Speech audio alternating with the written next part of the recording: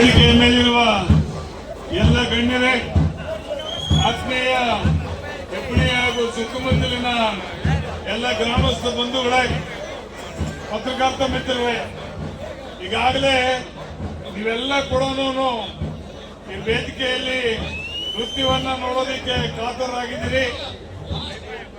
ನಾವು ಹೆಚ್ಚಿಗೆ ನಿಮ್ಮ ಸಮಯ ತಗೊಳ್ಳದೆ ಏನು ಇವತ್ತು ಈ ಕಾರ್ಯಕ್ರಮವನ್ನ ಸಂಕ್ರಾಂತಿ ಹಬ್ಬದ ಅಂಗವಾಗಿ ಮತ್ತು ತಾಯಿ ಗಂಗಮ್ಮನ ಒಂದು ಇದರ ಪರವಾಗಿ ಇವತ್ತು ನಡೀತಾ ಇದೆಯೋ, ನಿಮ್ಗೆಲ್ರಿಗೂ ಶುಭ ಆಗಲಿ.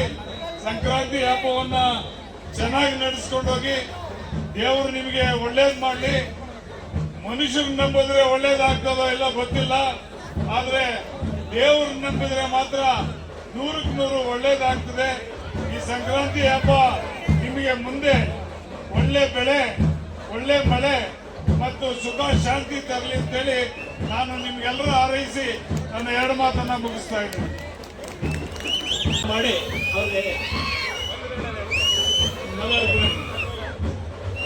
ಇನ್ನೊಂದು ಮಾತು ನಾನು ಹೇಳೋದಕ್ಕೆ ಮರೆತಿದ್ದೆ. ನಮ್ಮ ಮಾನ್ಯ ಪ್ರಭಾಕರ್ ಅವರು ಈ ಸುತ್ತಮುತ್ತಲಿನ ಗ್ರಾಮಗಳಿಗೆ ಯಾವುದೇ ಕೆಲಸ ಆಗಬೇಕಾದ್ರೂ, ಏನೇ ಮಾಡಬೇಕಾದ್ರೂ, ಜೊತೆಗೆ ಮೊನ್ನೆ ತಾನೇ ನಾನು ಕೂಡ ಸೈಕಲ್ಗಳನ್ನ ಈ ಭಾಗದಲ್ಲಿ ಡಿಸ್ಟ್ರಿಬ್ಯೂಟ್ ಮಾಡೋದಕ್ಕೆ ನಾನು ಬಂದಿದ್ದೆ.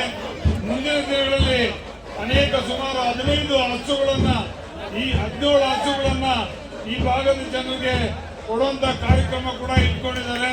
ಇಂತಹ ಒಬ್ಬ ಒಳ್ಳೆ ವ್ಯಕ್ತಿಯನ್ನ ನಾವೆಲ್ಲರೂ ಬೆಂಬಲಿಸಬೇಕಾಗ್ತದೆ ಅಂತ ಹೇಳಿ ಈ ಸಂದರ್ಭದಲ್ಲಿ ಹೇಳೋದಕ್ಕೆ ಇಚ್ಛೆ ಪಡ್ತಾ ಇದ್ದೀನಿ.